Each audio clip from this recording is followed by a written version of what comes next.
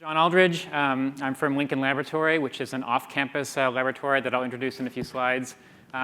There's a pretty broad team that I'm representing from across the Institute in this work, but a couple of my colleagues I'll call out here, Professor El-Fatih El-Tahir in the Department of Civil and Environmental Engineering, as well as my colleague Deb Campbell at Lincoln Laboratory. So I thought I would start with my busiest slide first to give folks an overview of kind of the scale and scope of what we're trying to do here. So the first thing that I'll illustrate is this is a cross-MIT collaboration, and it's also cross-organizational. So on the borders of this slide are some of the departments and labs and centers that have come together for this work. Everything for the Center for Global Change Science, the Joint Program for the Science and Policy of Global Change, Lincoln Laboratory, which is where I hail from directly. BRAC is an organization that I'll introduce in a few slides. They're actually a non-MIT organization, as well as JPAL, which I think a lot of us are familiar with from recent news. And in the middle of this slide is really the system framework that we're putting together. And I think the bottom line up front here is that what we're doing is we're vertically integrating a lot of what MIT has developed over the many decades in climate science and forecasting and modeling and impact modeling and decision support. We're vertically integrating those things in a way that's never been done before, but I think it's overdue given the climate crisis that we're seeing. And what we're really doing is we're joining those strengths as an institute along with the strengths that BRAC brings in the humanitarian assistance and social development front, again, into this end-to-end system. So again, I hail from Lincoln Laboratory, and I suspect that we're a non-traditional presenter in an audience like this. So I thought I'd take just 2 minutes to introduce ourselves. We are a federally funded research and development center. We're off campus. We're about 15 miles away in Lexington, Mass. We're a part of MIT. We're actually technically the MIT Institute's largest research and development facility. There's about 4,000 professional scientists and engineers in that location off campus. And we span the gamut in terms of the mission areas that we support. We do largely federally funded or government-sponsored research. And our key role on behalf of typically the US government is system architecture engineering, long-term technology development, thinking out many decades in terms of what is needed, and then system prototyping and demonstration. We're a very field-forward organization where applied research is really our mandate. And we take things to the prototype stage and then transition out to industry very frequently. Within or among those 4,000 colleagues that I have, my role, along with 35 or so colleagues, we form the Humanitarian Assistance and Disaster Relief Systems Group. So our mandate is, on behalf of the laboratory, to be the nexus for technology development for this mission. So everything from extreme storms, hurricanes, major earthquakes, enduring humanitarian challenges, conflict, instability, the exploitation of people, as well as the delivery of humanitarian aid overseas. Climate and environment and global health are newer missions that we've been asked to take on, again, on behalf of the laboratory.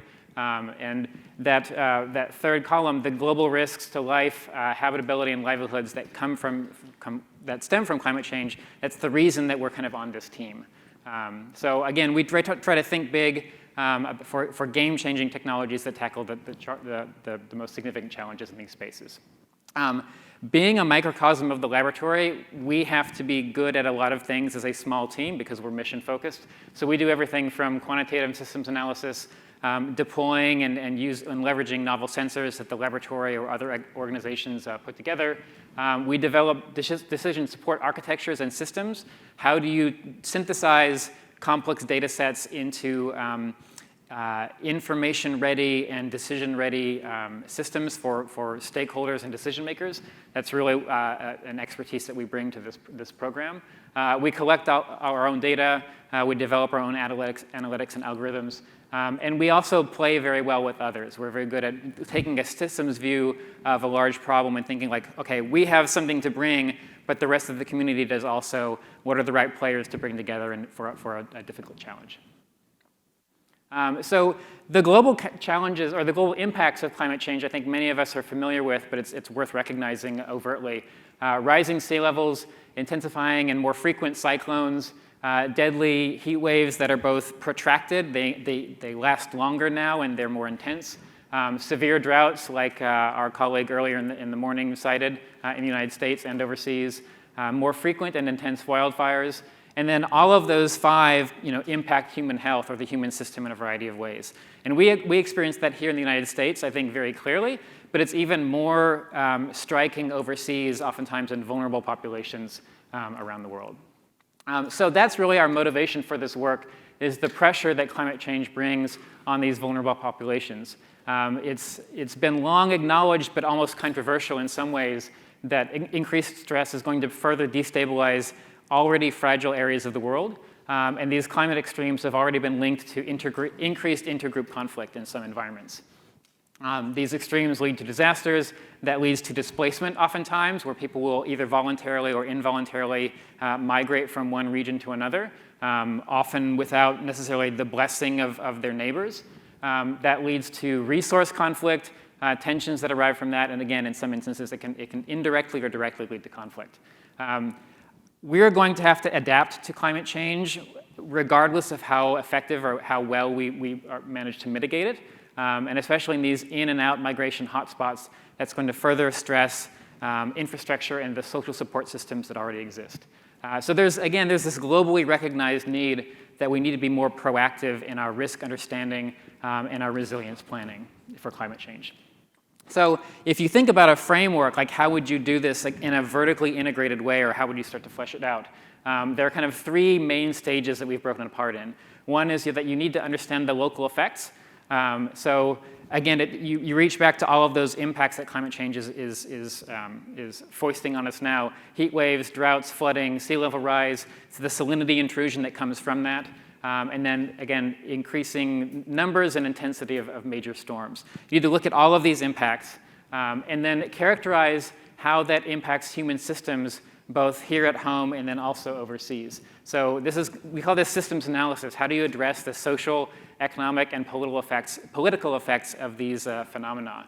Loss of habitability. Can people literally no longer live where they have for years or decades or centuries because the space is no longer habitable, or they cannot maintain their livelihood like they have before. Maybe they've been aquaculture for a long time. Maybe they've been agriculture for a long time as a family, and they simply can no longer do that in these spaces. And there's also infrastructure vulnerability. As we build things, are they at risk of being taken away by climate change and its impacts? So the next step is then, how do we take this fundamental climate science and this forecasting and deliver it to people in a way that's comprehensible? You and I can read a science paper about climate change and what the forecasts are, and we'll understand it, or we can get most of the way there. The vast rest of the world cannot do that, whether it's access, whether it's your ability to comprehend, in a literal sense, what is the science telling you? So there's a strong information asymmetry that is present in climate change as well. And then the third step is, how do you prepare communities for adaptation? How do you create these architectures to counter unsustainable migration, mitigate the effects on public health, come up with alternative infrastructure designs in these places that are still habitable, but they need some resilience added to it. So there's precedent for this approach or this line of thinking. And one example that we like to hearken to is FuseNet. So if you think back to the 1970s and the 1980s, that era was characterized by extreme drought and famine in the Horn of Africa region. It was all over the news, even in the United States and the Western world. It rose to the level of popular consciousness. So in the mid-'80s, the US government, through USAID, the Agency for International Development, actually created the FuseNet system, which is really a decision support system that was designed to forecast and then make relatable what the food insecurity forecast was likely to look like. And so it's stitched together remote sensing, hydroclimatology, agricultural modeling, and demographic information across a lot of these stakeholders here on the slide to predict food insecurity, and then get it out to practitioners. These are the NGOs and civil society organizations overseas that help deliver aid to those populations. So the 3-part model was, again, to develop this tailored scenario development process. There's a process they go through. You focus on the most vulnerable regions. It's largely an Africa-centric system even today. And then you deliver these population-specific assessments for what micro-regions are likely to experience. And it's a 6 to 9 month forecast report that's disseminated to the international community. And this program has been around for 30 years. So that durability has been, I think, a hallmark of it. It's very admirable. And that's enabled the transition to Africa-based implementation and staffing even. So when we look at a legacy like this and an example like this, I think it's very inspirational for recognizing the need that we need something like this for climate change, both in the long term and in the near medium term. 5 years, 10 years, 20 years. What is that going to look like in these areas? So when we go back to our process, I think we realize that at MIT we have a lot of those pieces. We have the understanding the local effects. That's something that our colleagues at the Center for Global Change Science are very good at. Advanced climate science and forecasting techniques. In terms of characterizing what are those human system impacts, what does that mean for the people who live in those environments? The Joint Program for the Science and Policy of Global Change, again, that is their bread and butter. That's what they do. Disseminating that information, that's something that we at the laboratory have historically done many times over, largely on behalf of the US government, but also international stakeholders as well. And then understanding, well, what's the impact of the difference you've tried to make? How effective was it? How should it be redesigned in the future? That's something that our colleagues at JPAL also have a lot of experience in. You'll notice that there's something missing on this slide, and that's the actual doing, right? That's the actual intervening on behalf of a population and being with the people and helping them design these new structures, get them in place, and then see how well they work. MIT is good at a lot of things, but we're not a humanitarian assistance organization. We're not a social development organization. We're a technology institute, right? So we needed a partner. We need partners to do this second to last step in this vision. So when we started putting together this model, this framework, we began to canvass the social development and humanitarian assistance community. Who are those partners out there that would be well matched to what the Institute is trying to do? BRAC is one of the many organizations that stood out. So BRAC, I'll skip to the bottom here. I thought Nicholas Kristof had a very nice and very descriptive quote when he characterized them as the best aid group that you've never heard of. Because in the Western world, in the global North, BRAC tends to fly under the radar. But in reality, they're actually one of the largest social development organizations, one of the largest NGOs in the world. They reach more than 100 million people across 11 different countries. They're the only Global South international development organization of its scale, and they're widely admired for how effective they are in their jurisdiction in those areas where they operate. So we partnered with BRAC. We began to put this framework together, and we needed a catalyst. We needed some sort of kickstart to really launch this. So in 2019, the MacArthur Foundation issued sort of a challenge grant opportunity called 100 and Change. And they said, OK, we're dangling $100 million out there for big, bold ideas to put together impactful ideas that will benefit from the world. It would be a very broad call. So we said, OK, let's try it. We're going to put together this system. We're going to put this framework and this architecture. And that will be our motivation to really kickstart this work. I'll skip to the punchline. We did not get $100 million. But we did very well, and it was a very healthy process for us to go through to really sharpen the focus and the vision for what we were trying to do, and to really step-by-step walk through what pieces from MIT would come together and what BRAC would bring also. The reason that this partnership, with BRAC is very helpful and very fortuitous is actually a very sad one. Because our focus area initially is motivated by Bangladesh. So Bangladesh is almost a global nexus for all of the things that can go wrong with climate change. All of those issues that I highlighted on that first slide, or one of those first slides, drought, heat waves, precipitation, salinity intrusion, sea level rise, they have all of it, depending on which part of the country you're thinking about. Coincidentally, or actually not coincidentally, BRAC is based in Bangladesh. They're almost synonymous with the country. They were formed 50 years ago, almost coincident with BRAC's Declaration of Independence. And they maintain a deep sense of cultural trust and popular trust with the people. They've been a social development organization in the country for a very long time. So our geographic focus initially is Bangladesh for all of the sad reasons. But the upside of that is we have a very strong partner in the social development space to help us get this information out there. So as we went through that MacArthur process, it was very gratifying because the reception that we had from the reviewer committees and the subject matter expert panels was very positive. I think they recognized that MIT brings something special, BRAC brings something special, and I think the popular feedback that we got was, again, it was very strong. I think the one lesson or one, I think, takeaway that we took was that we were very early, right? What MacArthur, I imagine, wants to see is something that's very translatable, something that's very, very turnkey. I think where we are as an institute is that we're just getting started. And so it's both an exciting position to be in, but we recognize that we have, I think, a long road ahead of us in this work. So in the meantime, we've been bootstrapping this together through laboratory-led funding and MIT-led funding also. And you can see kind of the three-step process for how we've begun this work. We look at the coarse global models of atmospheric dynamics. We work with these global circulation models, and we look in these different emission scenarios. We apply the MIT regional climate model projection. In this case, we're focusing on Bangladesh.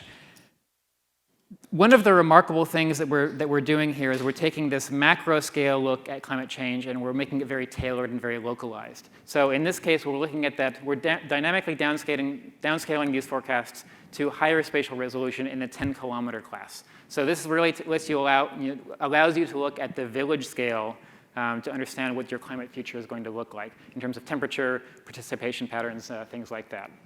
And then we take that a step further, just like our architecture says that we should, and then we look at the socioeconomic impact modeling. What are the wet bulb temperatures going to be like? What is heat stress going to be like? What's the flooding and drought risk going to be associated with that? How are people's livelihoods and infrastructure and energy needs and availability going to change? So there are two steps or two stages that you can take this work, right? One is habitability. Can people continue to live where they have lived for a long time?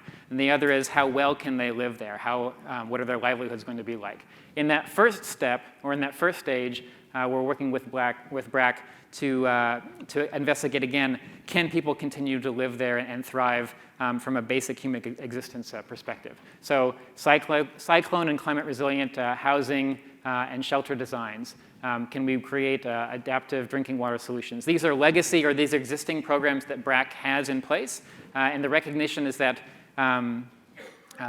they need more proactive understandings of, are they doing it in the right way? Are these designs accurate? Are they going in the right places? Something that I think is also kind of remarkable is that the nation of Bangladesh, I think, has recognized for a very long time that they are in this unfortunate position of being one of the leading countries in terms of climate change vulnerability. So they have been proactive, again, with that information asymmetry. So one thing, when you're in the countryside of Bangladesh and you're a family, you're an individual, and you have a certain existence, and it begins to run out, your first inclination is, well, I should probably move, or I should consider moving, and where should I go? I should go to Dhaka. That's the big city, that's the capital of Bangladesh. Dhaka's full. Okay, Dhaka has enough people in it already, and and it's arguable that alternative plans need to be put in place. So the government of Bangladesh has been looking at climate resilient or climate friendly satellite cities that would be appropriate for climate migrants to move to. But an outstanding question is, are those cities in the right place, right? Are they being designed, are they being built out in the right geographic locations such that 20 years from now, 50 years from now, will they continue to be sustainable places for people to go? So that's another question that we've begun looking at with our BRAC colleagues. The second phase is not only can you continue to live in a place, but can you thrive there in terms of like a livelihood? Can you make a living for your family and your community? So again, it's taking that from the far left side of the screen, changes in dry bulb temperature, changes in precipitation, and leading that all the way to the right in terms of its commercial activity. What will rice production look like? What will wheat production look like? Maize. What will aquaculture look like as salinity intrusion begins to compete with rice cultivation, things like that. So understanding risks and the impact of climate change on future crops, again, is that second layer that we're beginning to tease at. So the MacArthur opportunity kind of kickstarted us, and we began this work, internally funded in kind of, again, like a bootstrap type of way. Over the last year or year and a half or so, MIT has also gone through a climate grand challenge process, and Richard Lester will introduce that, I think, in much more detail later in the afternoon. we went through that process. It was a cross-institute call for the biggest and boldest and most innovative ideas in terms of climate change, from mitigation all the way to adaptation. And the bottom line is that CruiseNet has actually been selected as one of 5 flagship MIT initiatives that they're highlighting as part of this Climate Grand Challenge process, which is, I think, a very exciting position to be in, because it really, I think it's gratifying for the scientists and engineers working on this, because I think it's a recognition of what we're trying to do. So I'll close with this slide. Again, it's just kind of a precursor, or as a callback to what the vision and the architecture and the scope of CruiseNet really is. Again, it's this cross-MIT initiative. I would invite all of my colleagues at the Institute and more broadly than that, if you're interested in contributing or discussing, please do reach out. Thank you.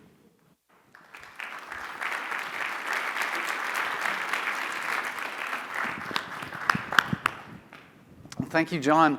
That's a great reminder that, it takes a whole range of things here and resources at MIT on the fields of sustainability and resiliency, from things we saw in Professor Varanasi's lab at the molecular level of interfaces to humanitarian organizations and the work John is doing on the modeling and communications of data. So we have time for a couple questions. We'll go to the Pigeonhole application here. First one, what other locations is CruiseNet being deployed in and targeting? Yeah, that's a great question. So the vision for CruiseNet is to be a global tool, but I think we all would recognize that there's a long road to get to that point where you can have climate data that is synthesized and made accessible in a way that is accessible regardless of where you live, right? Everything is local. So Bangladesh is where we're starting. I think for a lot of reasons, we've recognized that that's a very impactful, it's a very impactful place to start. We do have some in the donor community that have approached us, and East Africa is another place that we're looking at very strongly. So we'll likely start in the East Africa region as well. Seems to be no shortage of places that can use this. No, yeah, that's right. The government, U.S. government, is investing into climate change resilience like the Inflation Reduction Act. How do you see that propelling the momentum? That's a very challenging question, and I'm not sure if I can answer it, to be honest. I think, as the Inflation Reduction Act, comes into play, I can see it in the government sector, in the stakeholders that I interact with. There is a clear recognition of climate change as being an operational priority for them, for lack of a better phrase. So I would say, as contrasted to the last, however many years, there's much more recognizance of climate change as something that, certainly on the government side, that they're willing to openly consider as being a responsibility. About data privacy, that one popped up. Are there any data privacy issues related when you're collecting the data? Yeah, that's a great question also. I think there are maybe 2 ways to answer that. One is if you think as this program as a technology and information push, right? So when we deliver climate information, that information affects everyone. So I don't think there's any sensitivity in terms of climate forecasting. On the intervention side, or on the beneficiary side, data privacy is a long-standing sensitivity in the humanitarian community. The NGOs and the IGOs that I have worked with and interacted with over the years, they take the privacy of their individual stakeholders very seriously. So I think that is also why it's very important for an organization like the Institute, where, again, we are good at lots of things, but we are not social development practitioners or humanitarian assistance practitioners. I think to benefit from the experience of our partners in the field who understand already how to safeguard individuals' privacy in terms of what information you give to them and then what information you might receive in return. So thinking of industry now, so how can industry partners collaborate and leverage the modeling that you're doing here to improve planning, operations, things like that? So obviously ag is one of the sectors that comes to mind, but maybe there's others too, like transport or even events, things like that. Yeah, and that's a great question, and I think the answer is that we're always eager to engage with the stakeholder audience, or the stakeholder community is very broad, whether you're again, you're an individual or a family, or you're a business, or you're a commercial community that's trying to do things in a better way. I think one of my theses is that all climate change is local at some level. So you really want to understand whether your agricultural industry or your aquaculture industry, what are the trends that you're going to see in the next 5, 10, 20 years that you should be investing in or investing away from in that intermediate time. So I would welcome a conversation about specific industries or specific kind of commercial activities that might benefit from tailored forecasting and tailored impact modeling. I think that's something that the Center for Climate Change, for Global Change Science and the joint program have a lot of experience working with the MIT industry community. Yeah. Okay. Let's see what else is up there. I'm not sure I understand the question exactly, but I think all the stakeholders on the same page, basically, with climate change. Yeah, I think one of the challenges that we have is we do have to stay all on the same page, and the last couple of years have made that more so. I think we have regular telecons and videocons with our BRAC colleagues, and I think all of the challenges that we were familiar with before in terms of cross-globe collaboration are still as true today as they were before. However, we do have new tools. So maintaining close synchrony with all of our stakeholders is very important.